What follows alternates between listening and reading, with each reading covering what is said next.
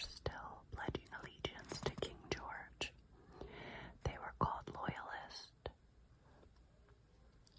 Tories, and they refused to help the Patriots in the war against Britain. There were also 500,000 slaves who were not allowed to fight, and 200,000 more people who were neutralists and would not fight at all. The colonies were not only outnumbered, but they also had no army, no navy, and almost no factories to manufacture the weapons and other supplies they would need. The only advantage they did have was that Britain was 3,000 miles away across the Atlantic Ocean and would have a hard time supplying its own troops. Britain's goal in the war was to squash the rebellion and force the colonies back under British rule, while America's goal was to gain total freedom and independence. The first major skirmish was the Battle of Bunker Hill, which actually took place on nearby Breed's Hill in Boston. Neither side won. The British should have easily defeated the small amateur militia, but the undermanned Patriots fought so well the British knew they were in for a difficult fight. The British decided that if they could capture New York and the Hudson River, they could cut the colonies in half. During the lengthy Battle of Long Island, British General Sir William Howe almost managed to do just that. He was able to chase General Washington and his untrained soldiers from Brooklyn Heights all the way to Pennsylvania, and probably would have defeated the colonists once and for all. But wars were fought very differently in the 1700s, and among other things, most armies took the winter off. Transportation was difficult and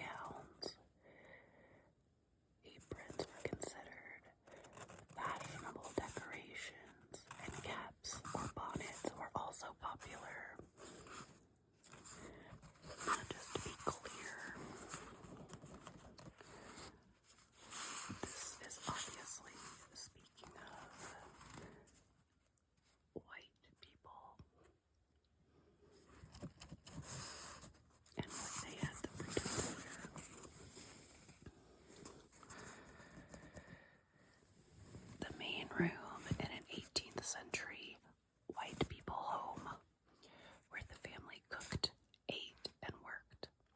The fireplace provided some warmth, and the houses were still quite cold during the winter.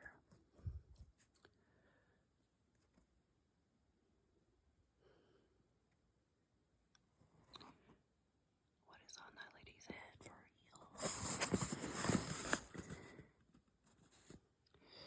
Teaching manners to children was very important in colonial America. Many books contained rules of courtesy and behavior, such as The School of Manners, first published in London in 1701. The School of Manners, or Rules for Children's Behavior. At church, at home, at table, in company, in discourse, in what? Look at that crazy spelling. Okay, at school, abroad, and among boys. Okay. Why did they... I'm not educated enough in history to understand that spelling and the reason behind it. Oh, this is a lot of rules. You know what's interesting is these rules and manners came from England, and then it seems like over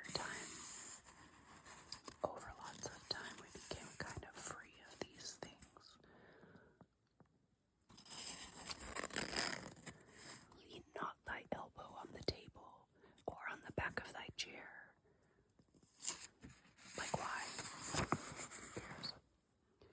These type of white people care. Look at them.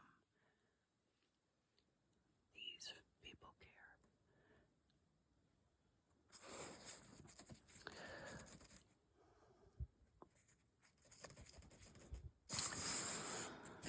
This is, a portrait by Charles Wilson Peale of George Washington. And his son, Rembrandt Peale, painted this portrait of Martha Washington. These people were slave owners. The young American soldiers slept in tents until they could build log huts. Without proper shelter, enough food, or shoes, the troops were poorly prepared to fight the able British Army. Meanwhile, George Washington was in a warm, rich lady's home that he borrowed.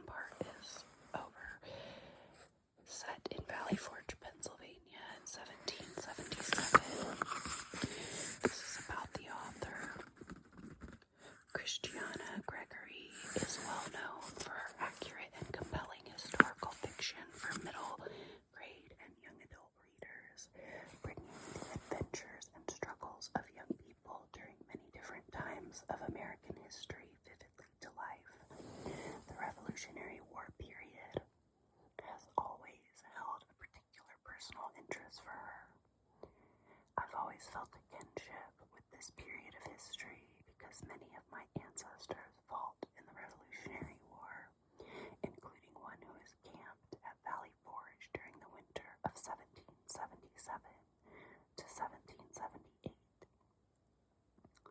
His name was William Kern, and he was a sergeant in Daniel Morgan's 11th Virginia Regiment. One of my visits to Valley Forge was on a Christmas Day. It was bitterly cold, and the snow was knee-deep. Shivering, I peered inside one of the log huts and tried to imagine the poor soldiers without shoes or warm clothes. It fascinated me to realize that George Washington had ridden his horse along that very road. My ancestor may have spoken to him. Writing the winter of red snow allowed her to imagine what it really would have been like to watch the young American soldiers prepare for war, and also to experience the excitement of meeting George Washington. And though the diary is a work of fiction, most of the events and characters are real, including Von Steuben's 17-year-old interpreter and his polite greyhound, as well as George Washington's expense account, which records a payment of 40 shillings a month, plus 4 shillings per dozen pieces, to a laundress named Peggy Lee.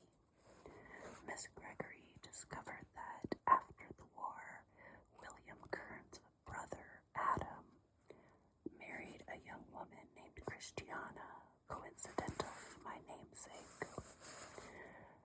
Miss Gregory's historical fiction novels include Jimmy Spoon and the Pony Express and The Stowaways, both published by Scholastic, as well as Jenny of the Tetons, The Legend of Jimmy Spoon, and Earthquake at Dawn, all for a home for